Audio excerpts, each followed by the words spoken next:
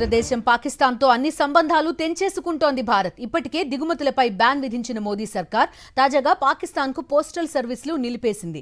అన్ని రకాల parcels, mails పై నిషేధం విధించింది. వాయు, ఉపరితల మార్గాల ద్వారా భారత్కు వచ్చే అన్ని రకాల మెయిల్స్, పార్సెల్స్ ఎక్స్చేంజ్ ని నిలిపేస్తున్నట్టు ప్రకటించింది కేంద్రం. పాకిస్తాన్ను దెబ్బ మీద దెబ్బ కొడుతోంది మోదీ సర్కార్. ఆర్థిక దిగ్బంధనంతో ఉక్కిరిబిక్కిరి చేస్తోంది. తాజాగా పాక్ ఓడలపై నిషేధం విధించింది. పాక్ విమానాలకు మన గగనతలం మూసేసినట్టే దాయాది ఓడలు మన ప్రాదేశిక జలాల్లోకి రాకుండా బ్యాన్ చేసింది.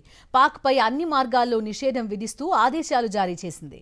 పహల్గాం ఉగ్రదాడి నేపథ్యంలో దాయాదిపై అన్ని రకాల దౌత్య సంబంధాలు తెంచుకుంటోన్న భారత్ వరుస షాక్లిస్తోంది. పాక్తో వ్యాపార సంబంధాలకు స్వస్తి పలికింది. ఆ దేశం నుంచి వచ్చే దిగుమతులపై నిషేధం విధించింది. ఈ మేరకు కేంద్ర వాణిజ్య మంత్రిత్వ శాఖ నోటిఫికేషన్ విడుదల చేసింది. దేశ భద్రత, ప్రజా విధాన ప్రయోజనాల దృష్ట్యా ఈ నిర్ణయం తీసుకున్నట్టుగా తెలిపింది. పాకిస్తాన్ నుంచి మన దేశానికి రవాణా అయ్యే అన్ని ఉత్పత్తులకు ఈ నిషేధం వర్తిస్తుందని స్పష్టం చేసింది. ఈ నిషేధం నుంచి ఏవైనా మినహాయింపులు కావాలంటే భారత ప్రభుత్వం నుంచి ముందస్తు అనుమతి తప్పనిసరి అని పేర్కొంది వాణిజ్య మంత్రిత్వ శాఖ.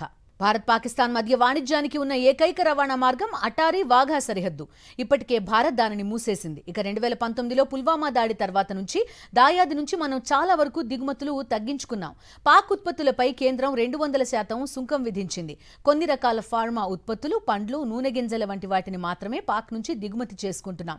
2024-25 ఆర్థిక సంవత్సరంలో భారత్ నుంచి పాక్కు $447.65 మిలియన్ వస్తువులు ఎగుమతి కాగా అక్కడి నుంచి కేవలం $0.42 మిలియన్ ఉత్పత్తులను మాత్రమే మనం దిగుమతి చేసుకున్నాం.